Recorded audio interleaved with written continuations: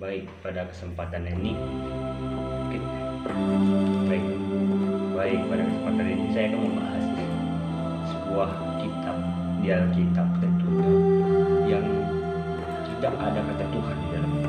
Menarik, kenapa di Alkitab yang dipercayai bahwa itu kitabnya Tuhan, tetapi tidak ada nama Tuhan di dalamnya. Nah, menarik.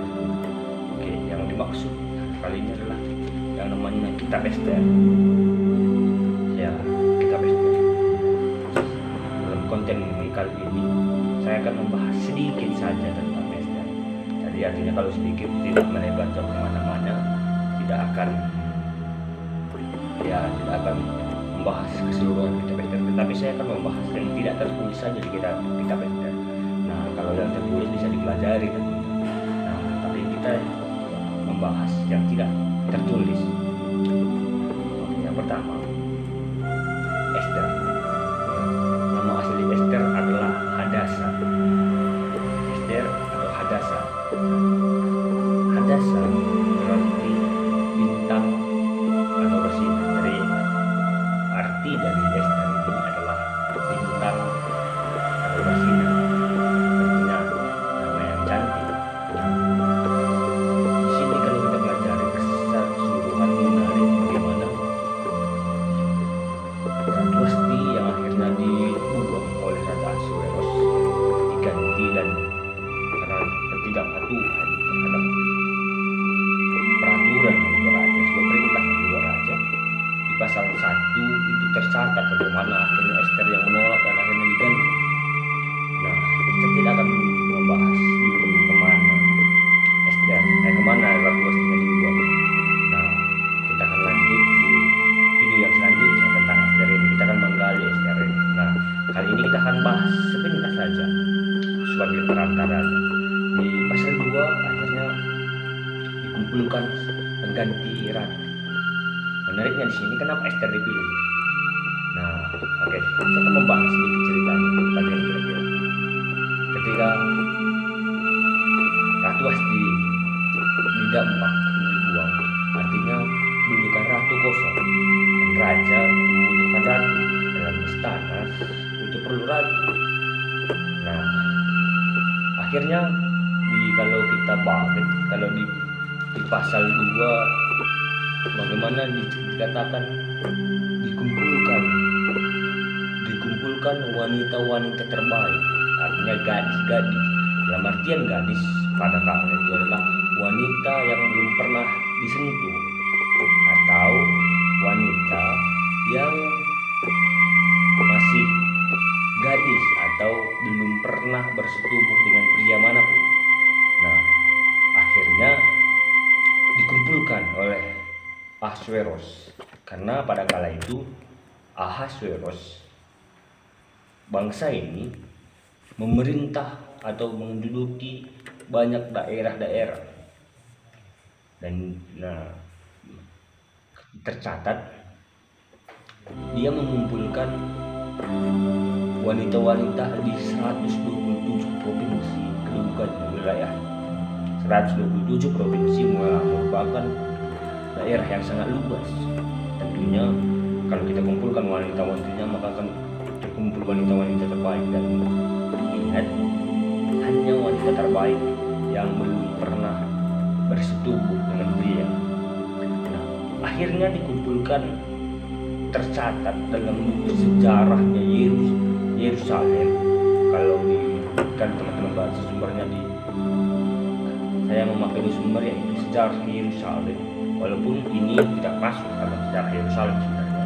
Dan buku Hadasa, teman-teman bisa baca buku Hadasa, tercatat 1459 wanita-wanita yang gadis-gadis, artinya masih perawan. 1459 wanita. Di antara 1459 ini akhirnya Ester terpilih.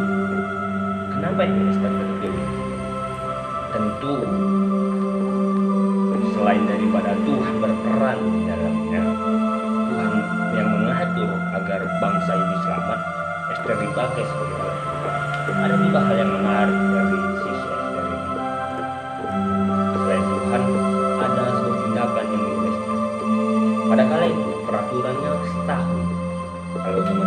raja nanti ada setahun prosesnya, 6 bulan minyak wangian dan minyak dan sebagainya, ada 6 bulan, ada 1 tahun prosesnya untuk ketemu dengan raja.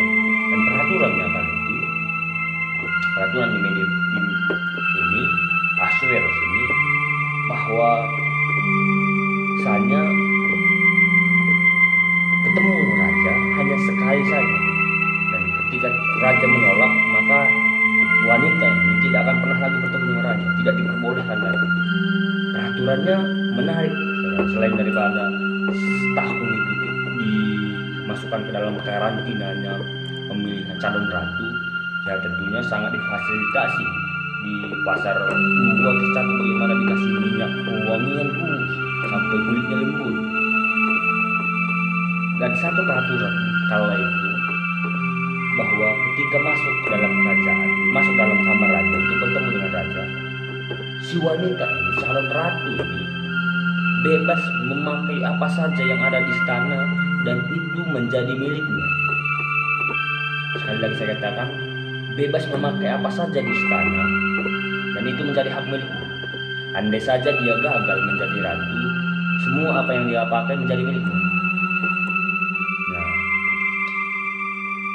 pada kala itu wanita-wanita calon ratu itu tentunya memakai baju-baju yang bagus, dari jubah-jubah yang bagus, yang terbaik dari kerajaan. Juga tercatat sejarah bahwa wanita-wanita itu, calon-calon ratu itu memakai perhiasan-perhiasan yang banyak, perhiasan gelang, anting, kalung dari kerajaan itu, dengan satu motivasi: seandainya gagal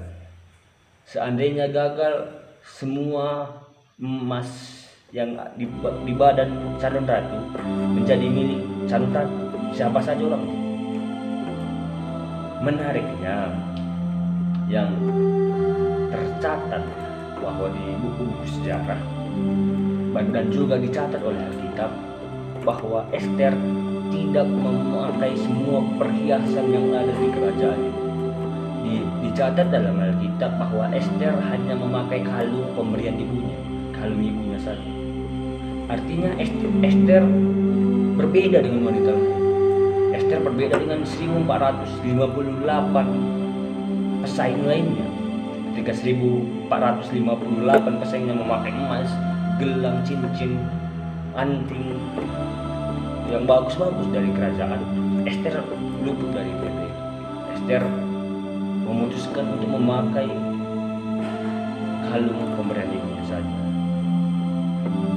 Itulah yang menyebabkan sebuah perbedaan. Selain daripada pemilihan daripada predestinasinya Tuhan, ada sebuah perbuatan Ester yang menarik. Kalau saya tarik mungkin kesimpulannya seperti ini: Ester lebih memilih sumber berkatnya daripada berkatnya. Ester tahu mungkin kalau dia hanya ambil emasnya saja, ya seberapalah yang bisa dipakai. Tapi ketika dia mendapatkan Ahasuerus, maka emas-emas milik itu semua menjadi milik. Seperti itu sih kira-kira pembahasan kita tentang Ester kali ini. Karena berhubung sudah malam, tentunya ya tidak baiklah ketika kita bahas panjang-panjang. Ya kita akan sambung di video-video selanjutnya. Jadi ya pantengin saja teruskan